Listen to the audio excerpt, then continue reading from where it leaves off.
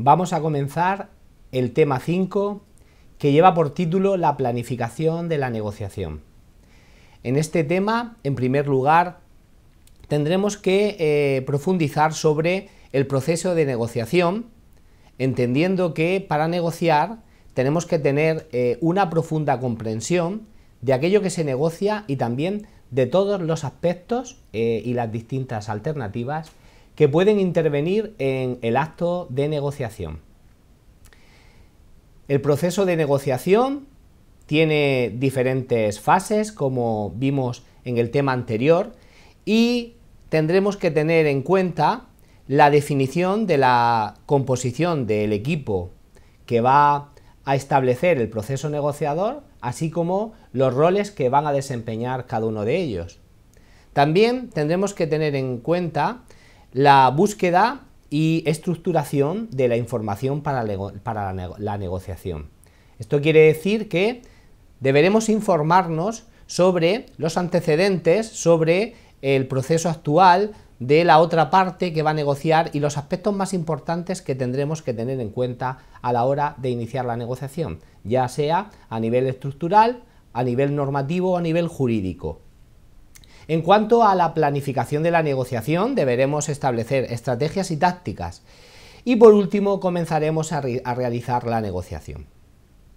También tendremos que tener en cuenta unas técnicas que son fundamentales a la hora de planificar cualquier negociación. Tendremos que tener en cuenta nuestro nivel de aspiración, la mejor alternativa de un acuerdo negociado, el límite o punto de resistencia y por último tendremos también en cuenta la zona donde se va a desarrollar la negociación. En cuanto a las técnicas, en concreto, entraremos a hablar de la primera, llamada nivel de aspiración, donde tendremos en cuenta la delimitación de lo que uno quiere negociar. Es el objeto con el que se comienza la negociación y es la petición que cada parte pone en la mesa y se conoce como oferta de apertura. Es cuando inicialmente las distintas partes se sientan a negociar y se ponen encima de la mesa aquellas ofertas, aquellas situaciones en las que se quiere llegar con éxito en la finalización. Los objetivos optimistamente realistas en la negociación deben ser elevados, deben ser pretenciosos, pero con información pertinente, lo que quiere decir que no podemos comenzar una negociación con algo que la otra parte entienda claramente que no se va a poder conseguir porque no sea alcanzable o no sea real.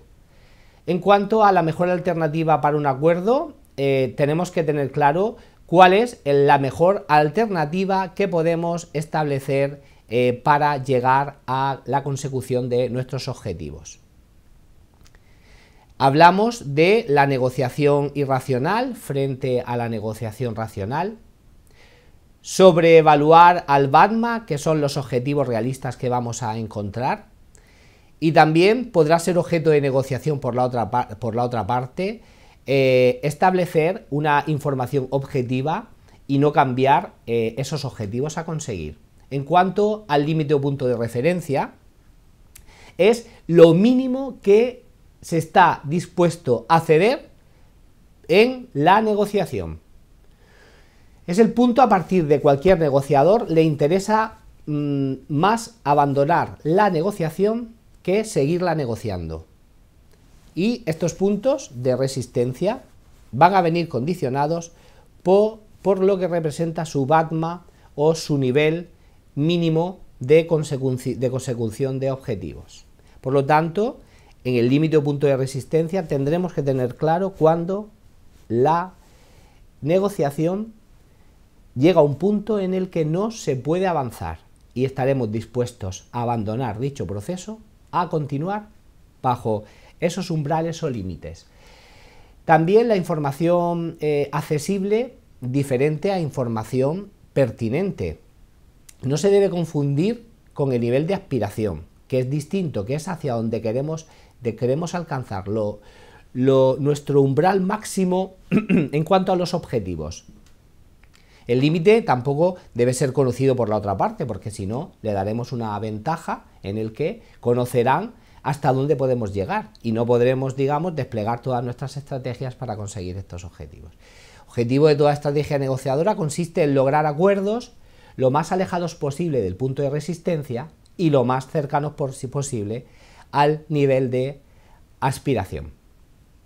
En cuanto a la zona de negociación, generalmente no se da una superposición entre el nivel de aspiraciones de las partes, pero sí entre el punto de resistencia. La superposición entre el respectivo límite de las partes, donde se encuentra la banda del vendedor, por llamarlo de una manera objetiva en cuanto a la negociación, y la banda del comprador.